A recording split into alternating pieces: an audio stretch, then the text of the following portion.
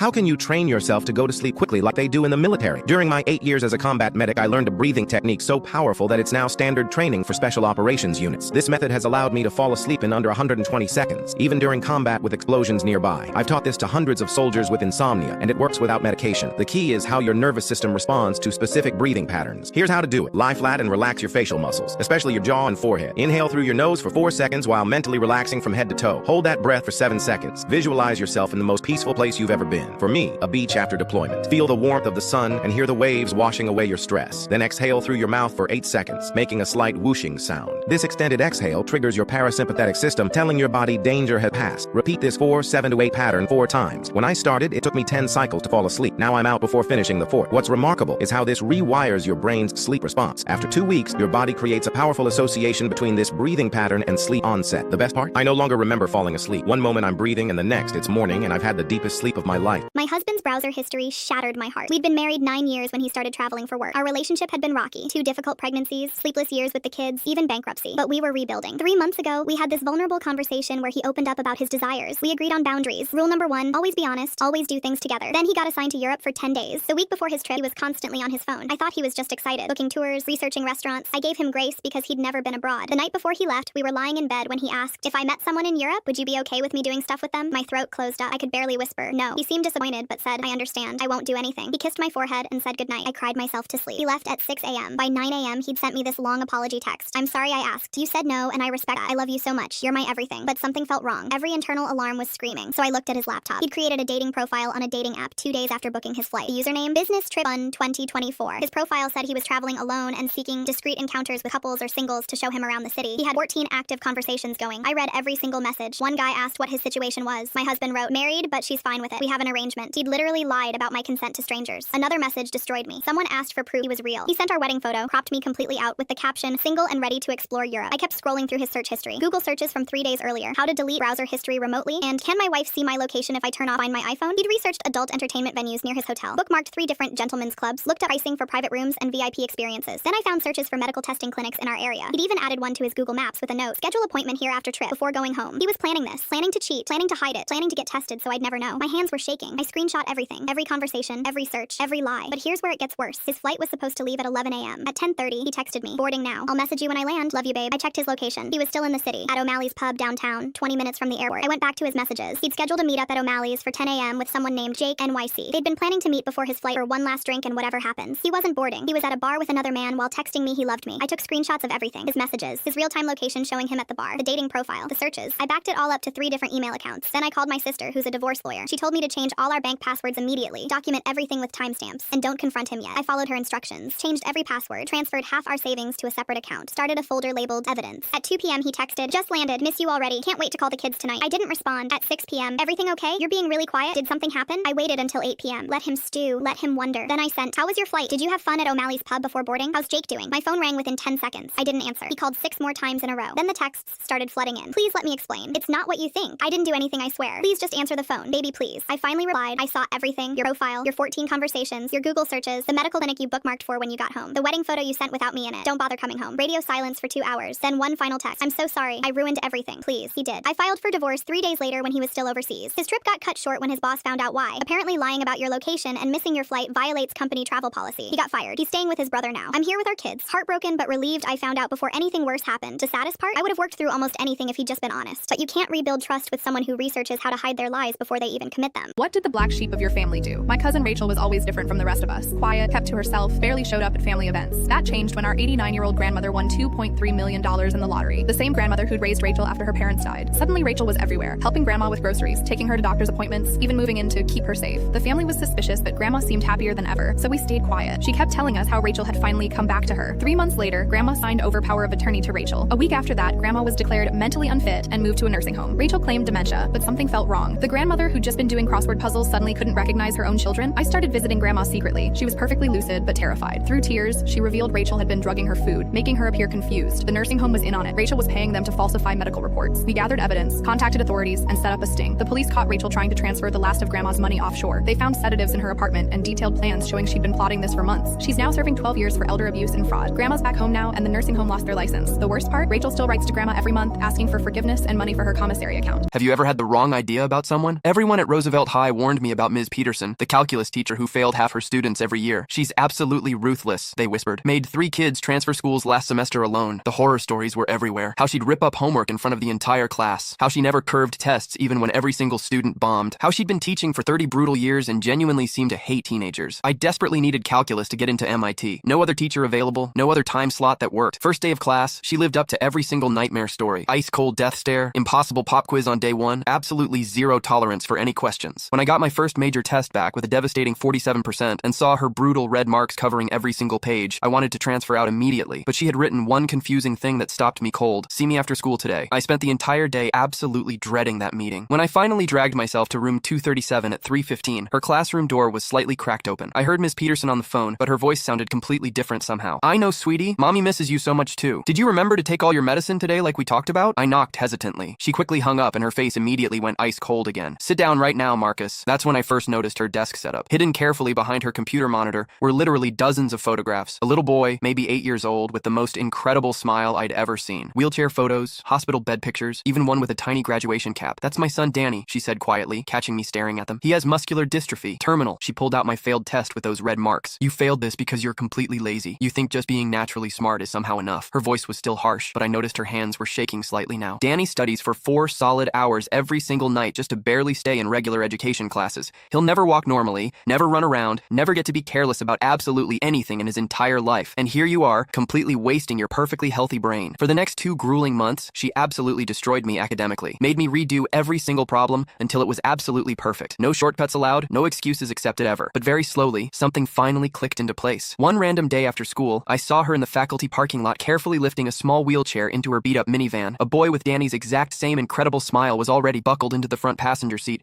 waving enthusiastically. Hey mom, is that your famous calculus student? He asked excitedly, waving directly at me. Yeah buddy, that's Marcus we talk about. Tell him I said good luck on MIT applications. She saw me watching this whole interaction. He follows all my students' progress religiously, actually cheers out loud when they succeed at anything. Her voice cracked slightly for the first time ever. Why are you so incredibly hard on all of us? I finally asked. Because the real world will be infinitely harder than I could ever be. And also because Danny would literally give anything to have your exact chances. On college acceptance day, I got into MIT with early admission. I immediately ran to tell her first before anyone else. She simply nodded once and said, "Don't you dare waste it." But when I left her classroom, I heard her on the phone again. Danny, guess what incredible news? Marcus got into MIT. Your mom's student actually made it, baby. 6 months later, during my freshman year at MIT, I got a text from a completely unknown number. Danny passed away yesterday morning peacefully. He was so incredibly proud of all his students right until the end. The funeral service is this Saturday if you'd like to come. I had never seen Ms. Peterson cry before that heartbreaking day. The hardest teachers love the hardest.